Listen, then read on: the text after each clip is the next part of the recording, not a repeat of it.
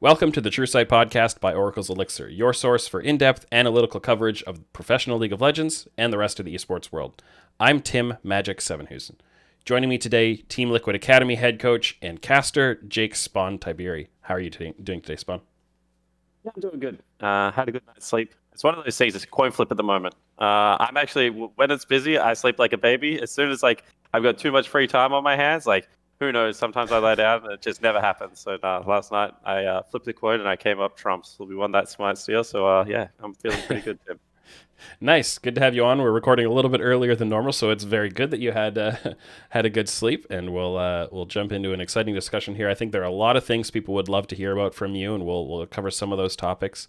But I think I'd love to kind of start with maybe people who aren't as familiar with kind of your story of how you've landed coaching with Team Liquid Academy, what you've done before then. I'm sure most people are fairly familiar, but for the few of those out there who don't know much about your career, I'd love to hear a little bit about the transition, because you were coaching in the LPL, or the OPL most recently, and then you were kind of part of that group that heard that the league was being shut down and that you kind of had to scramble. Okay, what do we do now, right? What was that like, and how did you end up at the end of that process coming to be with Team Liquid Academy? Yeah, I mean, it was a really interesting process. And to kind of understand the recent process, you kind of have to understand where I came from, like initially, right? So in 2012 or 2011, I discovered this game called League of Legends and I started playing it when I was waiting for my WoW guilds to actually get their act together so we could actually raid because I was a really big raider. So then throughout that time, I'm just finishing up high school where I was reading in WoW, and then I in early stages university when I start playing League of Legends. What actually happens from there is I get a little bit good at the game, but not great. I'm sitting hard stuck diamond areas, but I've got out of university. I start my finance job, and I just kind of stopped playing the game. And I was on back then you didn't have pro Oceanic teams, but we definitely weren't a top 8 team, but we're kind of the team that when it was round of 16, we would make some of the round of 16s. A guy called Atlas reaches out and says, "Hey, you kind of suck as a player," which was true. Do you want to shoutcast? And I was like, okay, cool. This sounds like a cool opportunity. So Atlas and I shoutcast a couple of tournaments together, and we start doing the Oceanic circuit in 2014. And after the first or second tournament we do, a guy called Jat reaches out, and he says, "Hey, we've seen some of your shoutcasting work. We want to bring you to North America for the North America promotion relegation tournament because we're going to be really busy prepping for Worlds." So I get on a plane and I come over and I meet this guy called Jat and the rest of the Riot team, and we get along like a house on fire. And that was 2014 when I knew Jat, right? So since then, I've worked for Riot. I've had my own esports organization, Order, which I worked on, coach for 2 different organizations as well. And I've obviously been a commentator and done a lot of international work. But I've still kept in contact with everyone in North America. And last year, there was an opportunity to go to Europe, which I was contemplating, that kind of fell through at the last moment. But I was ready to pack up and leave and go to the LEC. And then this year, even before the OPL was done, I was like, being a freelancer sucks, man. I've got 2 kids now, or a kid and another kid on the way at this point. I've got a fiance, I've got a house. And every single year at the same time, I'm worried the OPL is going to fall over. I'm worried that my team isn't going to be able to renew sponsors or whatever. And it's I was just getting really, really stressful. So I'd already had a conversation previously with Steve throughout the year before they hired Jat to potentially go for that position. And then when Jat got that role, he was like, well, I think Spawn's someone that I would like to have on my staff. So we were talking about it before the OPL even fell over. Then the OPL fell over. And I had already had a contract in my hand, and I'm sitting there evaluating everything, and I'm talking to Jenna about it, and she's like, "Okay, let's weigh up your options. You've got this really great gig at Team Liquid, or you have the OPL." And then it was like, "Well, no, we don't. We just have this really great gig at Team Liquid." And so, yeah, obviously there were things I could have done. I could have gone back into financial services industry, or I could have gone back to university and studied. But yeah, I decided that it was time to take the plunge into North American League of Legends. And honestly, I'm really happy that we gave it a shot.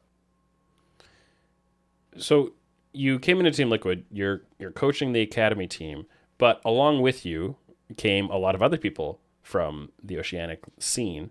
because there was this rule change that granted North American residency to players from that scene. And I think some of that had started, a year ago already. There was already a flood of certain Oceanic players in, Fudge and King and others came over. But, there's now a whole secondary wave. What do you feel about kind of that group of players that have come over? How much of an impact is that group having on the kind of the level of play, especially at the academy level where a lot of them landed? I mean, I think it's good and bad, to be honest. And a lot of my answers will be like this, right? I'm a pretty honest person. I think that the first wave of Oceanic players came, where you took King, Fudge, Triple, Ryoma, FBI, Lost, that wave. They were all top 1 or 2 in their role. There's just no other way to say it. Like, North America at that time is taking the best of Oceanic talent. This time around, the floodgates opened for a host of different reasons, right? Previous success of other players plays a big role in it. And then the fact that they're no longer imports, so they don't have to be like maybe the top 1% of the league. Maybe they can fall into just the top half of the league or whatever the case may be. But I think that a lot of them have done that. And if you watch Academy, like the mid lane pool especially, I would say like what I've learned from the Oceanic players coming over is that the North American Academy mid lane pool hasn't been the strongest role over here. Because like, in my opinion, Ryoma, Triple, and Haeri are probably 3 of the better mid laners. And I think Pretty is also a really great mid laner, also not North American talent. So maybe it's a role that needs to be propped up a little bit, which is what imports are for. But then other positions haven't done so well.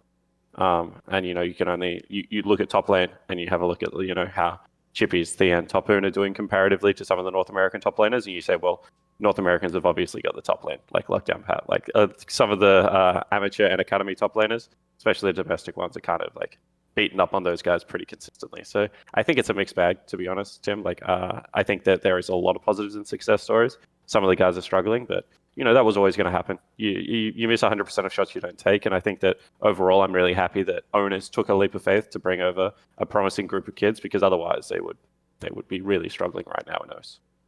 Yeah, and so for the sake of those players, obviously coming here, I mean, if nothing else, it's a chance for those Oceanic players to kind of break through it and reach another level in their career. It's also a great life experience, I'm sure, right? Like, even if they only come here and stick it out for a year and then end up going back home, I don't think in most cases they're going to regret that. I think hopefully not, right? But it's also for the North American side of things, having these players come in is an opportunity for the North American players to have to prove themselves and say, no, I want to actually show that I am better than this guy and that I can have that spot, that I can exceed what they're bringing to the table. And hopefully it levels everybody up, right? And I think that's one of the things people look at with this and say, if you just inject another 10, 15, 20%, of the player base into the scene, now everybody has to, there's that much more competition to rise up and get to the next level of what's happening at the academy level, especially.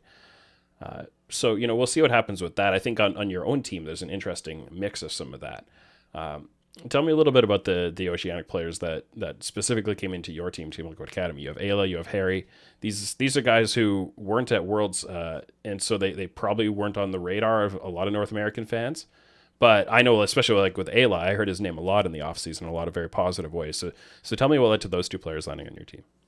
Yeah, I mean, it's really interesting, right? Because the way, and I don't know whether we'll get into this, but the way that I actually inherited the Team Liquid Academy roster was I had 3 players that were on contracts and 2 players that had already been let go. So then I have, and it's pretty public, like who they were, right? Rikara and Yasui weren't going to be renewed. Bob Jenkins, Armao, formerly known as Greg, and Pocket Rhino were all on contract. So the way you start a roster is you interview the players you have currently, and then you go out and you have a look at all the free agents that exist. And much like you, I was like, well, Eyla was the MVP of the OPL. He was on my team.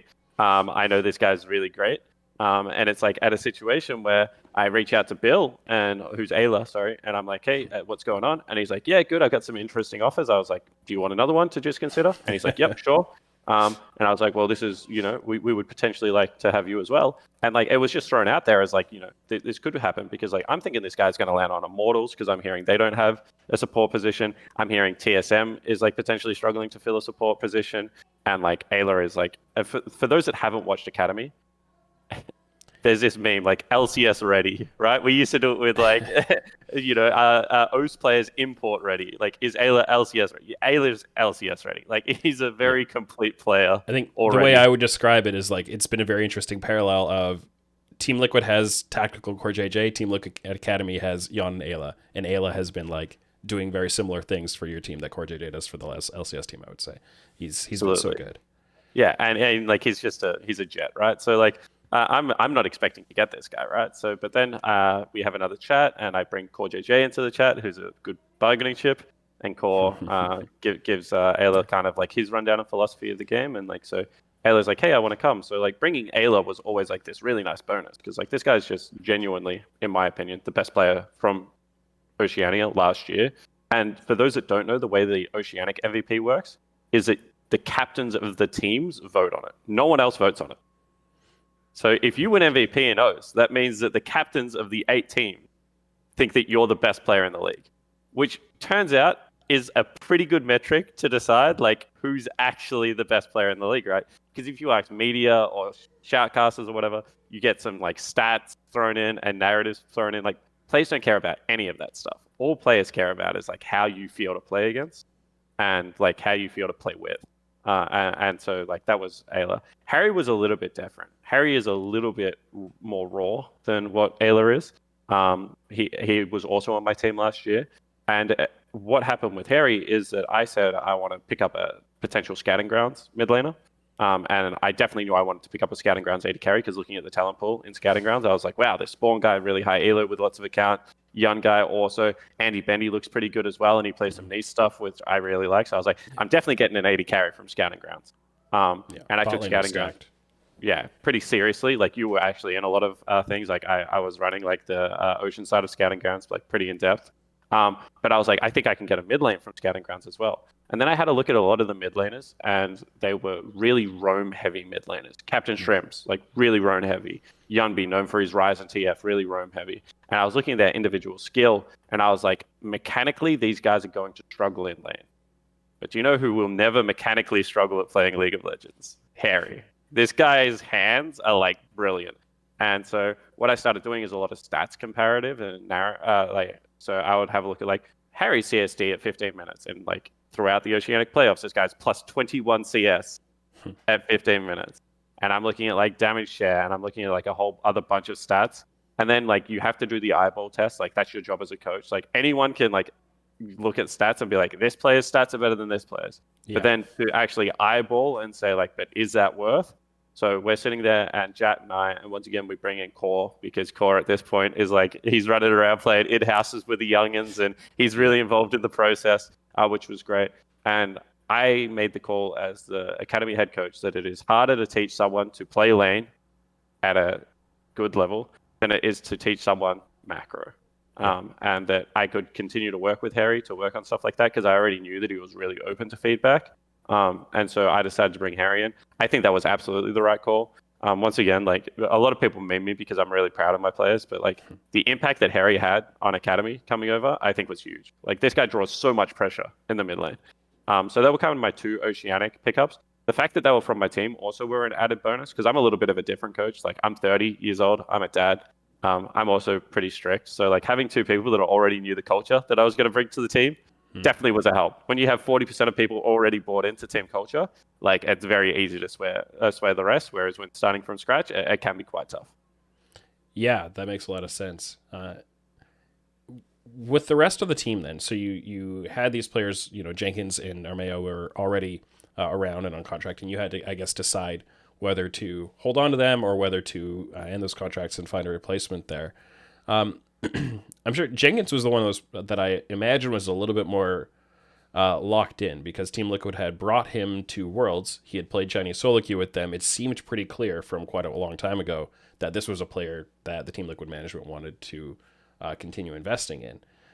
Did you still have to make a pretty hard call with him, and what was the process in kind of continuing to work with him for 2021? I mean, Jenkins was really interesting, right? Because if you followed Academy, in the last 2 years, you should have seen like 2 shades of Jenkins. Like in 2019, the guy's an absolute psychopath that's just running around trying to solo kill everyone on Summoner's Rift, like playing like a really wide variety of champions, leads the leagues in like solo kills, and is playing like pretty good League of Legends, in my opinion. Then 2020 happens, and it's obviously a disaster for the entire team.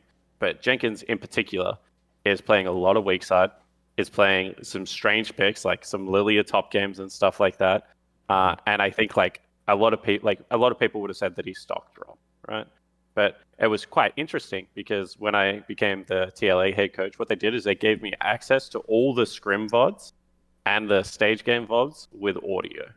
Mm-hmm. And this is a thing that players will never get from League of Legends, which is such a shame, right? Because when you watch traditional sport, you don't play as an avatar, right? You get to see LeBron James walk over and pick his player up off the floor, or you get to see Russell Westbrook fighting with Bradley Beal on court and being like, wow, look at this guy's passion. Look at how he communicates with the teammates. Like, look how his teammates like physically respond to him when he's on the court, and like, look at his leadership presence. Bob Jenkins doesn't necessarily have a leadership presence, but what he does have is it is impossible to be tilted around this guy. Like, he has like this aura of like just calm and niceness, and like it's going to be okay, and like he can fill a lot of different shoes. So I picked up on that like almost instantly. And then I started speccing him when he was playing like Chinese solo queue and and Korean solo queue. And this guy's just like, he's only been there for like under a month, and he's like challenger nearly in Korea. And like, I know because I boot camp teams before, like that doesn't happen very often. Like when we boot camped and I sent FBI hit challenger, no one else on my team hit challenger. So like, it's a pretty good like litmus test for like how good this guy is actually individually. And I'm like, so he's a nice guy, and he hits challenger. What happened last year? So I just talked to him, and I was like, really, what happened? And he was like, yeah, like a couple of things went wrong. The team atmosphere wasn't where we wanted it to be. There was like a lot of misalignment on how we wanted to play the game. So like, I kind of took the bullet for the team, and I kind of said, let's play around you guys, and I'm just going to play weak side. And whilst there are some things in there that like we obviously have to work on, like being able to call for resources, confidence, like being patch resilience, a whole bunch of stuff that like you take away from that conversation. What I took away is like, unfortunately, this is like a 20-year-old kid that's been put in a crappy situation and probably deserves another chance. And like looking at Greg, who I assume is the next one, now Armao, like I honestly think he's like in the exact same situation. Like I look at him and individually, he's a stud. He finishes top 10 on solo queue ladder every single year. He is like very patch resistance. Like he's like known for his Elise and his Rek'Sai. This year, we've played none of it. We've played like a lot of farming junglers. And I made a meme on like kind of one of the broadcasts. They're like, how do you keep winning games? And I was like, well, we just give our best players the best champions on the patch. And like that means that we first pick jungle every game. But like, honestly, like I think that Armao is a superstar. And I struggle to see how he's still in Academy. Like, I'm going to be real. Like, I thought like coming over that North American junglers must be incredibly weak. But that is definitely not the case. And when you have a look at how he jungles compared to some of his counterparts, like I think that this guy is also really good. So I think I got a little bit lucky with the Jenkins and Armao because like I didn't know them like 100%. Like I was 90% confident on these guys, but you have to take a leap of faith. Yeah. And I think they've both turned out really well. How do you approach players like that, whether it's, players who have had opportunities at the LCS level or players who have had time at the Academy level and who haven't managed to really break through and find, maybe not find the individual success, maybe it's more about not finding the team success. Mm-hmm. How do you approach that when you need to kind of look past what has happened so far and say, no, there's still something here? Like, at what point do you step back and say, okay, this one's had enough chances, I got to move on and try someone else, versus holding on and saying, no, we can keep going? Like, what are the criteria for you? Yeah, I guess it's really easy because Jat and I have this really open dialogue, and it's like, would you ever be interested in this player? And if the answer is like, if Santorin's visa didn't work out, would we have continued to use Greg or Armao? Like when Alfari couldn't make the lock-in tournament, were we comfortable using Bob Jenkins, or did we look for another sub? And as long as the answer to those things is like, no, they're good enough for the TL main roster at a pinch, right? Mm-hmm. Then like, I think they're good enough for the Academy roster. And as long as they've got all the, because like the one thing that I do agree with the kind of general public on is that if you've had your chance and you're no longer motivated, then you shouldn't be on a roster. But like I can tell you, these guys, like I actually think they've played first and second most amount of solo queue on the team. So far, we keep track of like metrics like that. I can tell you that some of the most vocal players in reviews, that they're definitely most vocal on game day as well. John, especially Armao, especially, is really a leadership figure on the team. The guys meme him; they call him Captain Armao. But like he really is like that kind of figure for us. So like that's kind of my answer to that question. Is like, as long as like when Jat and I talk about these players, it's like if they're in the conversation for the next year TL squad, like. But for some reason, like we go with another superstar like Alfari, like that's not a slouch on Bob Jenkins. Like Alfari would get a starting spot on 10 out of 10 LCS teams right now, right?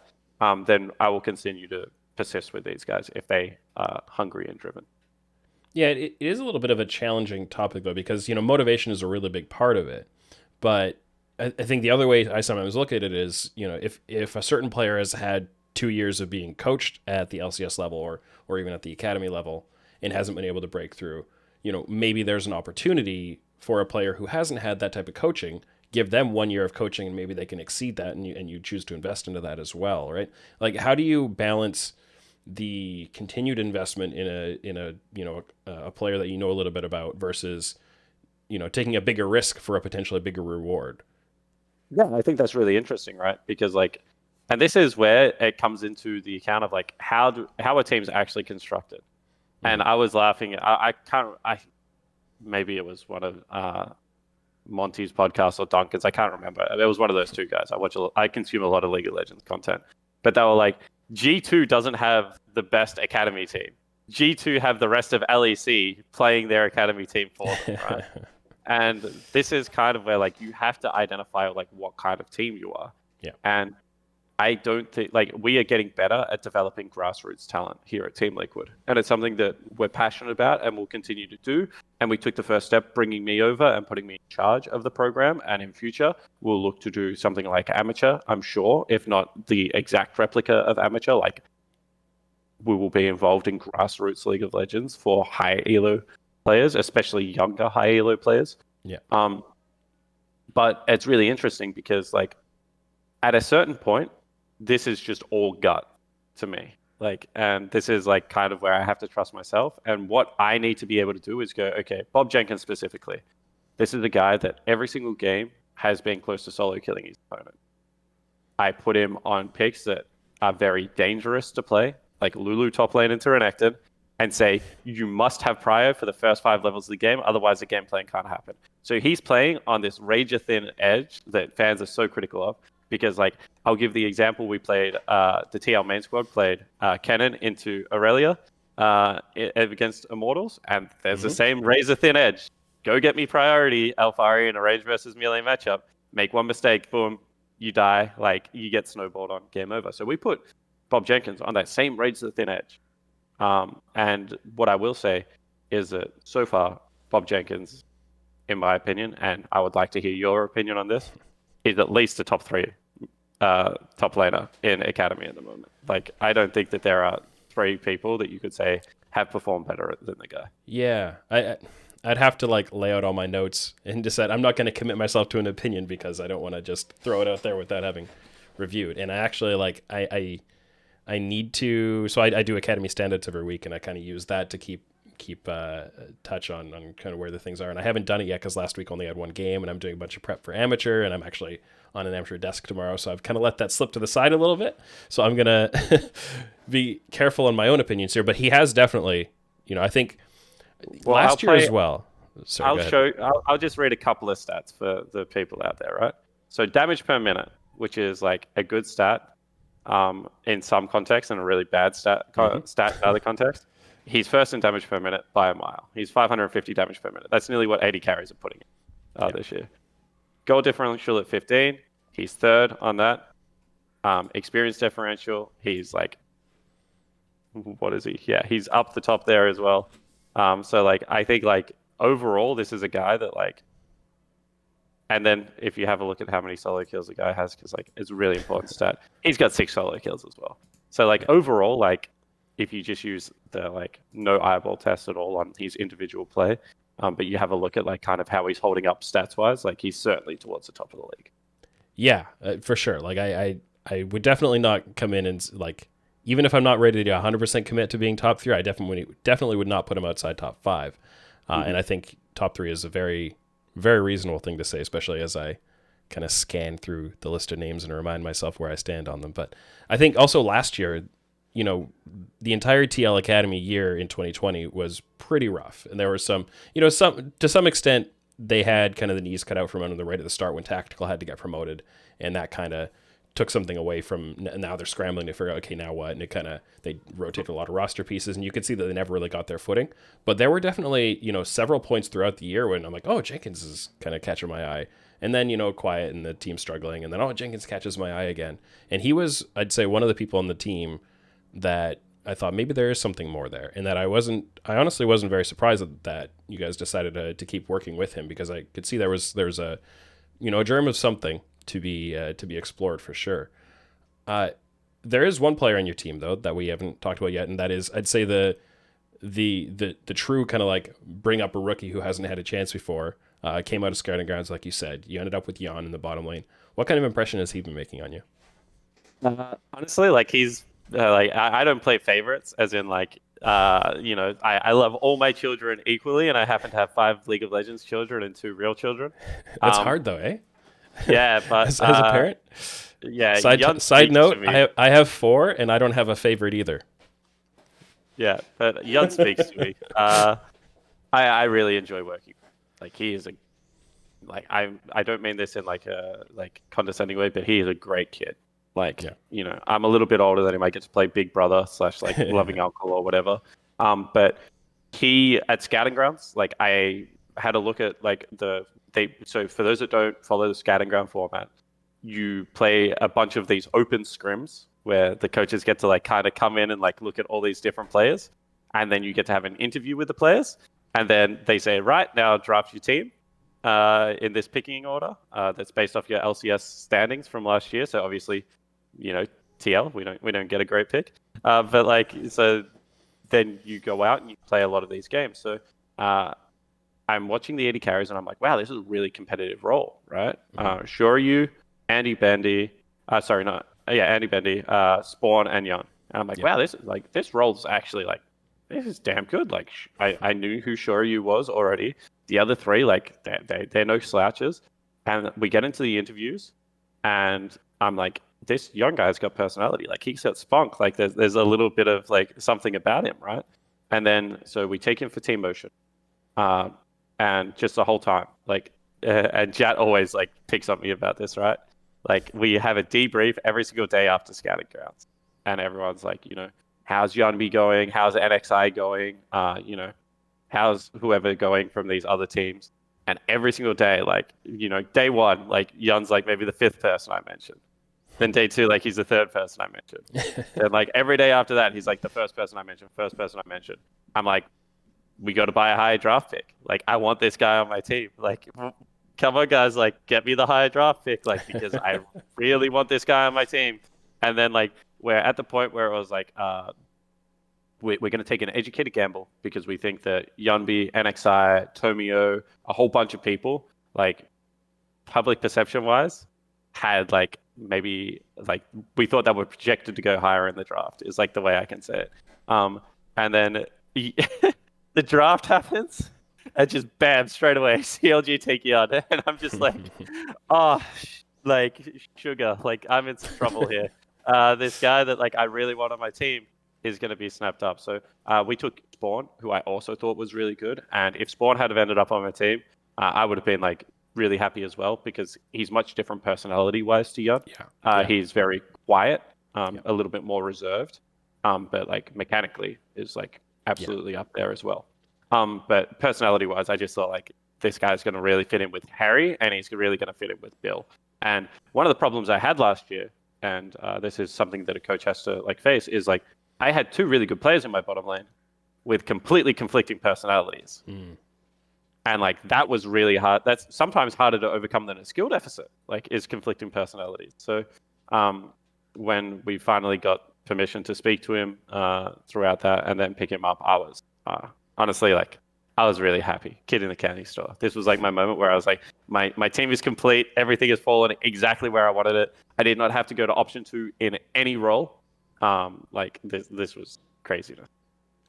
it's really interesting when I look at, you're talking about the personalities of Yeon and Spawn as a bit of a contrast, because I've called this out a few times as well, having spoken to Spawn and so on, and he has a very, very quiet personality. But when I looked at Yeon and the way he played, just watching his gameplay, that seemed a little more laid back and reserved to me, a little bit more controlled, where Spawn was a little bit more frequent to try for the pop-off moment and the outplay. That's how I saw it, which seems like a little bit of a switch of their personalities. Did you see that at all? Like, is Yeon playing that kind of more reserved, like calculated style, or has he been able to open up and be a little more aggressive? I think so the one thing I will say about Yeon, and this is where he aligns with Eyla really well, is they just believe the game needs to be played how the game needs to be played. Like, if you play, I don't know, Aphelios into Pokes Varus, like, turns out you're not going to get very many pop-off moments during laning phase because you're just going to be underneath your turret, like, covering up, hoping you don't get turret dove, right? But then, like, if you play something like Kalista Thrash, we played a lot of Samira Rel at the start of the split. And, like, once again, like, they're able to mechanically perform on these champions to the point where if you make a mistake, they're going to solo kill you. And so, like, the thing I will say about Yeon is he's, like, really smart and just realistic about the game. And then he's also really realistic about his role on the team. This guy came from 100 next, where he's playing with Kenvi and Tenacity. Let's not pretend that they were giving any resources to the bottom side of Summoner's Rift. Exactly. So, like, when people are like, he's a weak side AD carry, I was like, no, he's not. He just played with Kenvi and Tenacity. Like, he's not a weak side. No one likes to not have jungle resources. It's just like, and I make this joke all the time when we scrim 100 Thieves Academy now. It's like, they're going to invade bottom side of the map, try and put your jungler behind so that they can get to top side first, and then put your top laner behind. And then we play them on stage, and what do? We just camp and brush bottom side of Summoner's Rift, and we kill 3 of them. Because, like, it's not like they've changed the way they've played the game in the last 18 months, right? So I just think, Yeon, probably got put in a box that he didn't deserve to be put in. He definitely has some pop-off plays. His Kai'Sa is insane. Like, when we were getting Kai'Sa, we were just winning games. Like, that's as blanket of a statement I can make. Like, I think we had a 100% win rate with the champion over 7 games. And if you want to see maybe sneakily after scrims, one day I'll pull up the tool that I have. But his Kai'Sa in scrims has also got a very good win rate as well. So no, this was a guy that I think can definitely be that pop-off player. Yeah, you hear that more often about top laners getting put in that box, right? Like, Impact being the famous LCS level example. It's a little different to hear about a bot laner, but it can certainly happen there as well. So you've got this whole group together, and Academy is always unpredictable. I know I made some kind of pre-split predictions on how I thought things might pan out. There's still time for it to end by proving grounds that will maybe look a little different.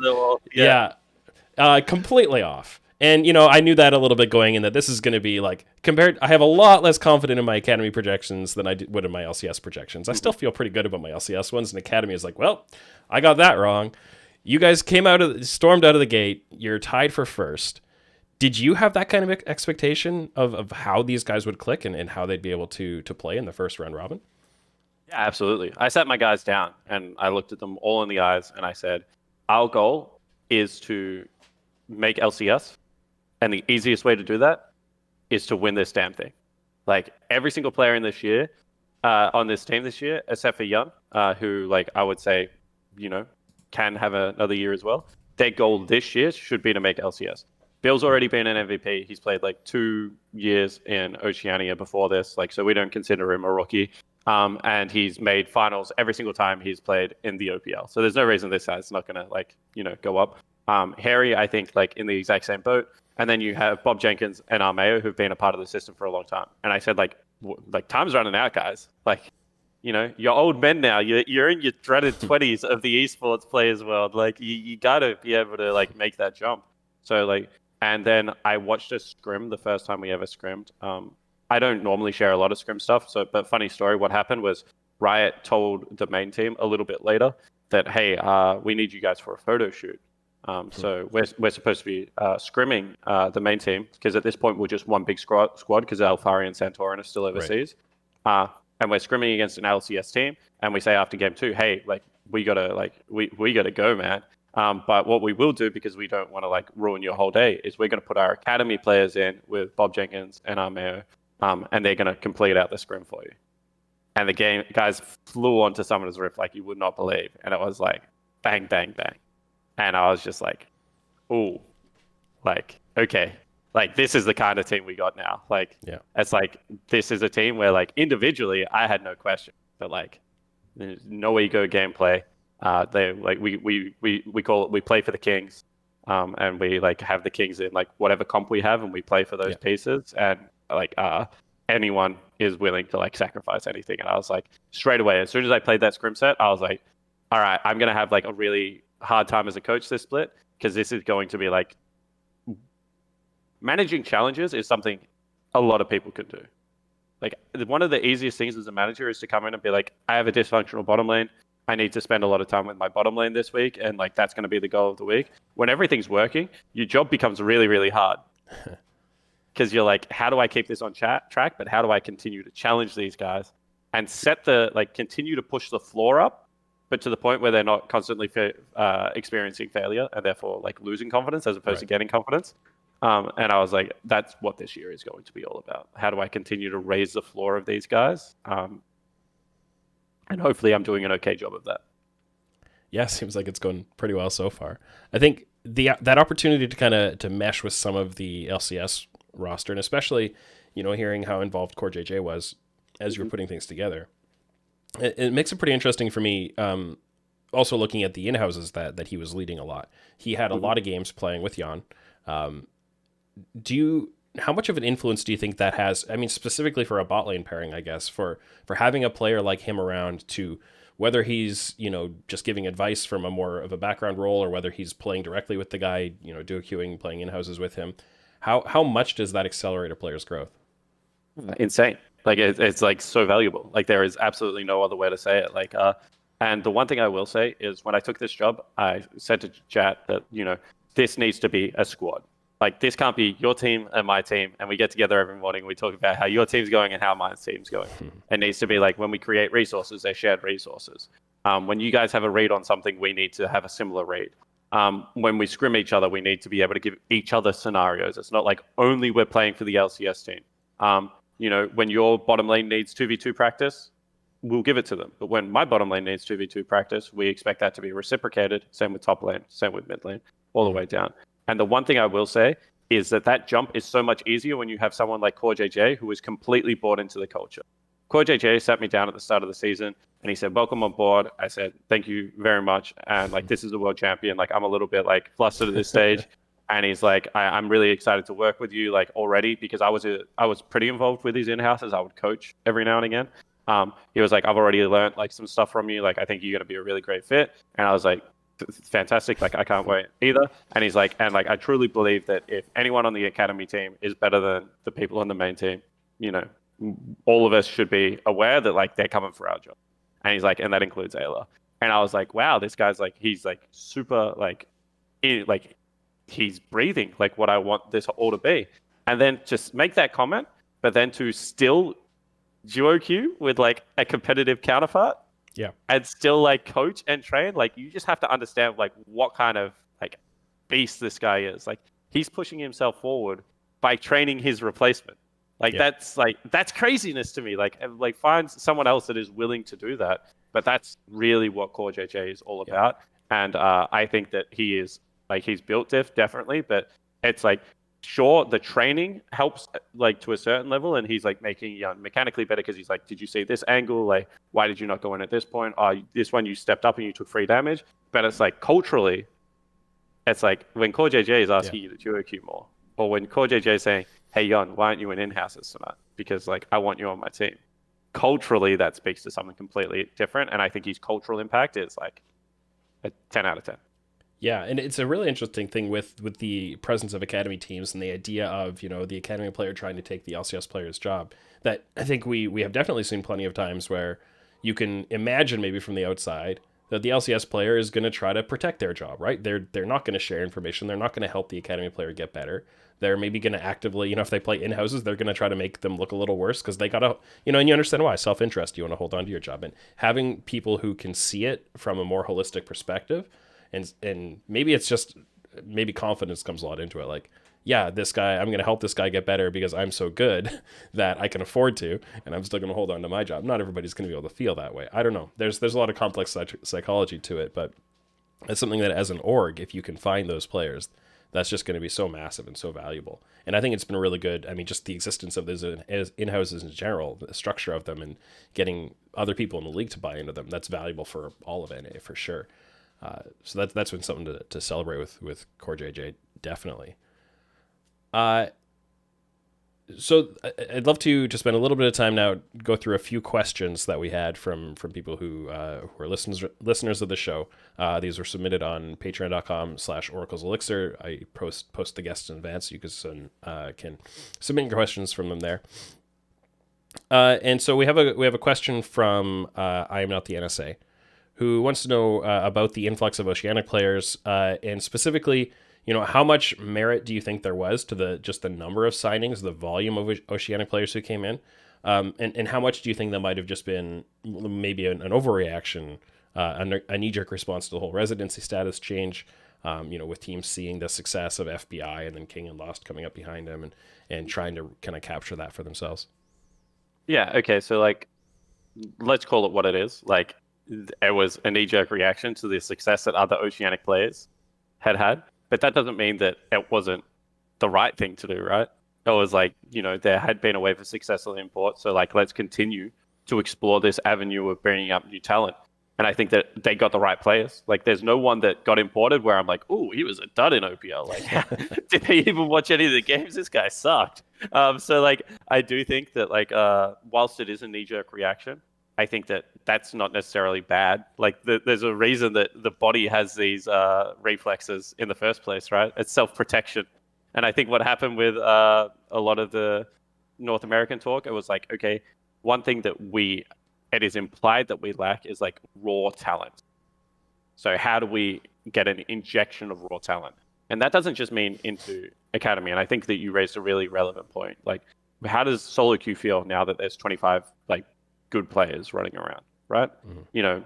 Grandmaster to challenger level. I hope they're all challenger, but I'll throw my net a little bit wider for the sake of it. At a minimum, they should all be grandmaster, right? So how does it feel in solo queue now that there's 25 new grandmaster to challenger players running around? I'm sure solo queue feels better. That would be my gut feel. So I think that this can only be positive for the North American server. Yeah, so you feel it was around the correct kind of number of players that deserve to come over. Do you think it could have been a little higher, maybe? I think maybe there's one or two people that could have been included, but then also they play very similar roles. So maybe there's one or two players that wouldn't have been included if that was the case, right?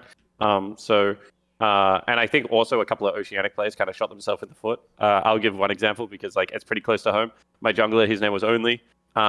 He was this is my he joins my team. He's this is my last chance, man. I'm gonna make worlds this year, or I'm gonna retire. It's all in, play or bust.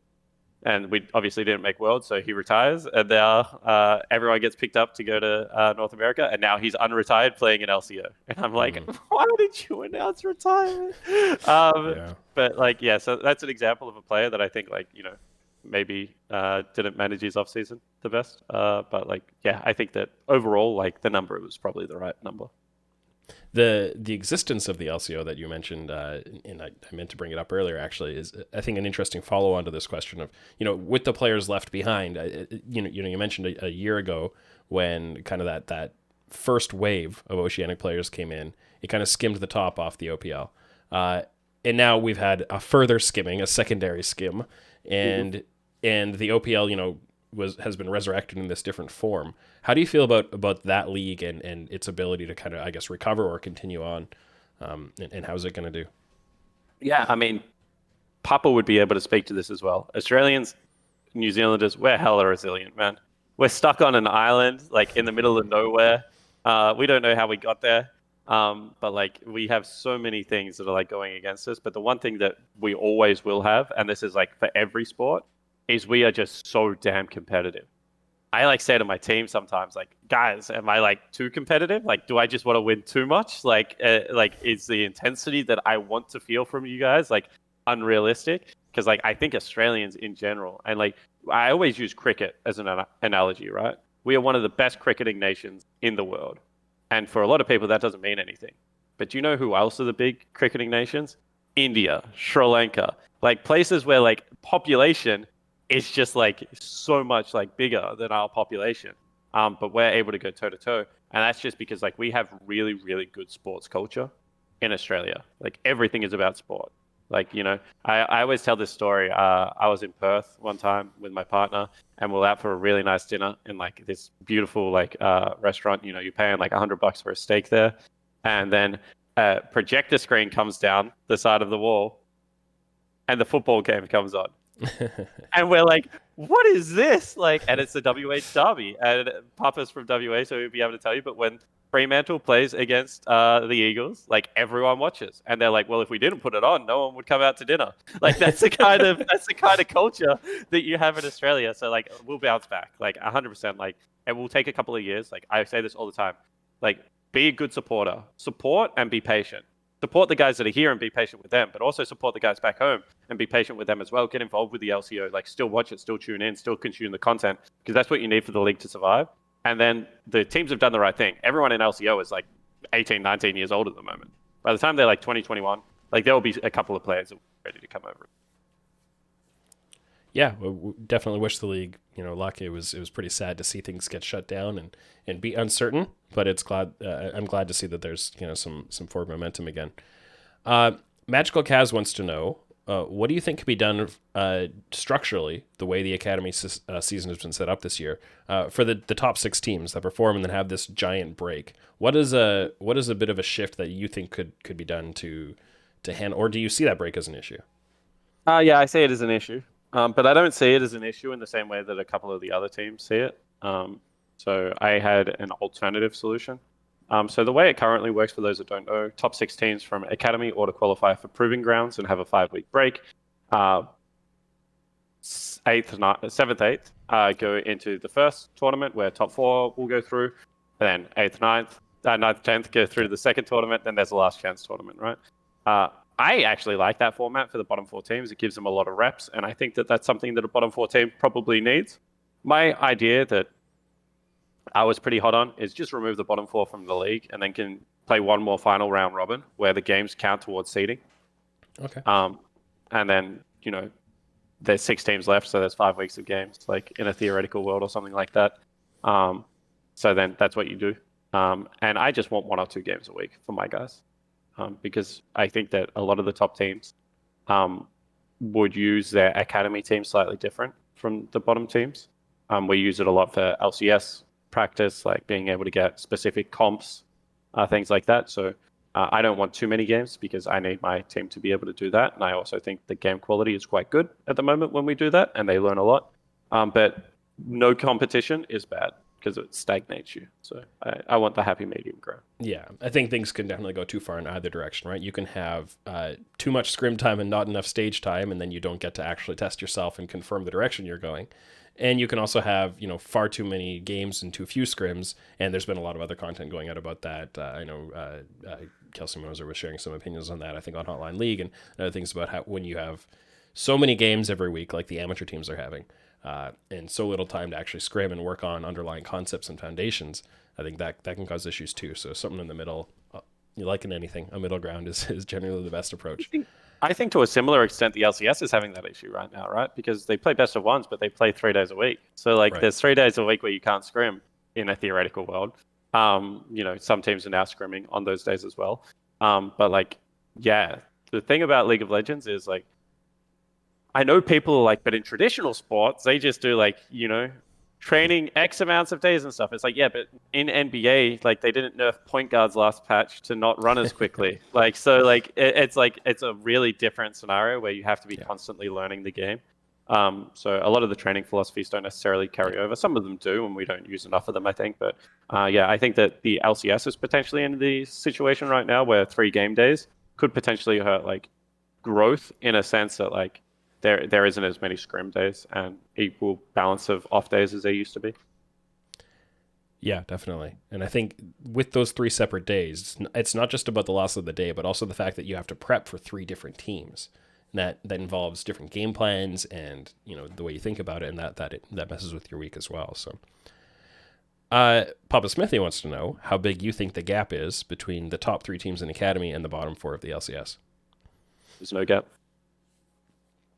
Just that non-existent. Honestly, people are going to take this as flame, but like, I don't know. You put 100 Thieves Academy, or you put T9 Academy, or you put TL Academy in the LCS. We're not finishing last, dude. Like, there's just no way. Like, there's just absolutely no way we're finishing last in this year's LCS. All right, fair enough. That's confidence, and I like to hear that. And I also think you're probably right. I think the interesting question is, does that mean one of those teams would finish 9th or 7th, or you know what that's going to be? And I think that can be hard to say because there's also going to be disagreement right now. Yeah, there would be disagreement, but like right now, I think that if you do LCS, you kind of tier rank up the teams, right? And like I think it's really fair to like throw Cloud9 up there. They're really great. TL just beat them, so they got to go up there again. But like people were probably on the verge of demoting TL like down a tier, right? I'm very in tune with what people say because like I'm one of those people that I'll consume whatever people say about me, and right now a lot of that is directed about TL stuff. And you're on the LCS analyst desk too, right? So you're motivated to be up on it all. So like I would say those 3 teams are like on the, if you wanted to tier it as S tier or A tier, whatever your top tier is, right? Depending on your tiering system.